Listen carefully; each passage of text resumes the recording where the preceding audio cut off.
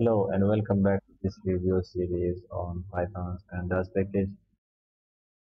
In this video, we will learn how to join or combine data from multiple data frames into a single data frame. And finally, we will explore some statistical functions in the Pandas data frame, which are very useful for statistical analysis. In this example, we will create our data frames from Python dictionaries. Here is our first dictionary, and this is our second dictionary. So we'll create two data frames from these two dictionaries. Let's first just view these dictionaries, how these looks.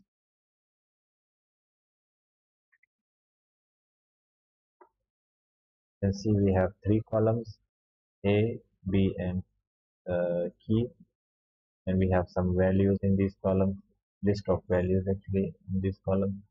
Similarly, we have another dictionary, and we have again three columns, C, D, and keys, and another list for these columns. So we can create data frames from this like df1. We'll call the pandas data frame,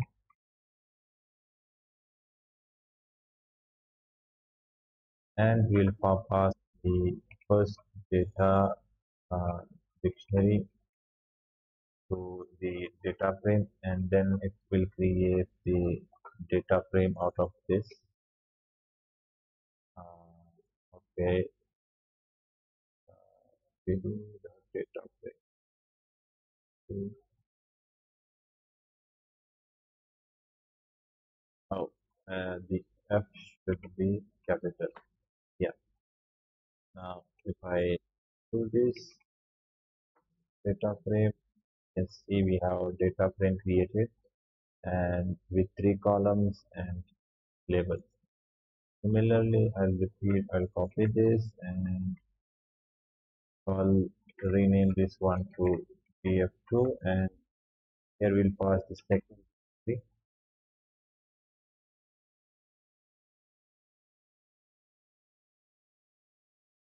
So now we have our uh, data frame 1 and data frame 2 created. So the first thing we will do is let's see how we can join these data frames into one data frame. So in this example, we will merge the data based on the key columns. So I'm calling the data frame merge function, and as a first parameter, I'm passing the in data frame, and for the on parameter, I'm saying I'm passing the value keys, which is the key column in the data frame. So in both data frames, we have the key column, and the how parameter is the value for how parameter is inner. So to sum this up, we are merging data frame 1 and data frame 2 based on the column keys, and the join type will be inner join. If you are familiar with SQL queries joins, this is the same. There we have outer inner joins. Here we can also again try the outer and inner joins, but in this example we are looking just for the inner join. So when I run these lines of code, and you can see now we have a new data frame in which we have column A and B from uh, data frame 1, and column C and D from data frame 2, and the merged column is keys. And here you can see in data frame 1 we have 25, 26, 27, and 30, and here we also have 25, 26, 27. So the values just from 25 till 30 are present in this merged column. So that's how you can apply merge and on two data frames to merge data from two data frames. Another type will be to combining data of these two data frames will be to apply the concatenate uh, method or concate method. So in that case, our data will be merged based on access. So in this case, let's see, we are going to concatenate data from data frame 1 and data frame 2. And these two data frames are uh, passed to the concate method as a list. And the axis is equal to 0 means that these data frames will be combined based on the rows. So let's run these two lines and see how data frame looks. So you can see the first column, the first data frame appears the same, but we have C and D columns as well. You can see these values are main or null. So you can see these values are none. It means that for this data frame, we don't have the values in C and D column. Similarly, in this data frame, the values for data frame 2, we don't have values in column A and B. So that's how the concat method works. And if I change this to the access to 1, now it is going to concat the data frames based on column. Let's see how it looks. Okay, so you can see now, uh, now we have the columns are concatenated into a single data frame.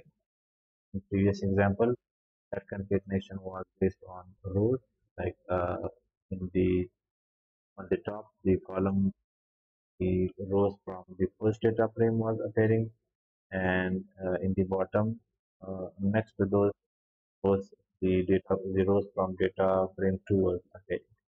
But here you can see we just have the concatenation is done based on this one, which is column. So I hope this makes sense. Let's just also print the other one, access 0 as well, so that you can understand again and see how this is different. Let's make it 0. So this is based on rows and this is based on column. Okay, now so that we have learned how to join data using the join concate method. Now let's explore some statistical functions from the pandas data frame. So the first method that we are going to look is the describe method. It's used to describe the complete data frame, and I think I should print this as well. Yeah, and this will give us some values from the data frame for each column present in the data frame. So you can see this is the count.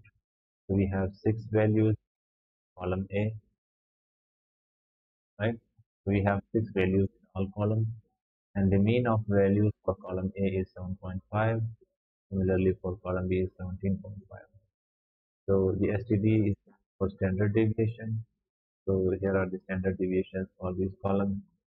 This is the minimum value in A column, and in B column we have minimum value 15.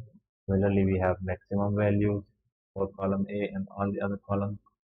And these are the percentiles. 25 percentile is 6.2, 7, and 25 percentile is 8.7. So that's how the describe function is used. You can use to do a quick summary of the statistics. The other function is we can apply is the mean. This will return you the mean value for all the columns. So in column A, the mean value is 7.5. In column B, the mean value is 16.5. You can also apply this on L column. Like if I just want to view the mean of column A, it will be 7.5. Another method is very useful is the correlation method, and it's very often used in the statistical analysis. So, since this data is randomly generated, that's why it will not make any sense because every column is related to another column. The value is one. But I just wanted to show you how to use the correlation method, and you can apply this correlation on your own data. Again, also you can use the max method. It will return the maximum values in all the data frames. Similarly, you can just use the max method on single column. It will return you the maximum value from a single column. And you can, if you apply it on the complete data frame, it will give you maximum values from all the columns. Similarly, you can use the min method. It will give you the minimum values from all columns in the data frame. And there are medians and there are standard deviation.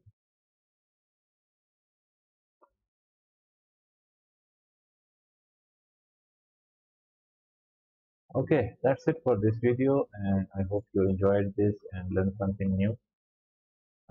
Please make sure to like and subscribe this channel. This will motivate me to create such useful content in the future. So this was last video of this series. In the next series, I will be focusing on using data visualization package like Matplotlib and OK for alongside the pandas, and we will also follow a real-time data project, and we will do some statistical analysis and also do visualization on that using the Python Matplotlib package. So we'll dive deep into that example as well. So thank you for watching this video series. I hope you like this. So see you in the next video series. Thank you.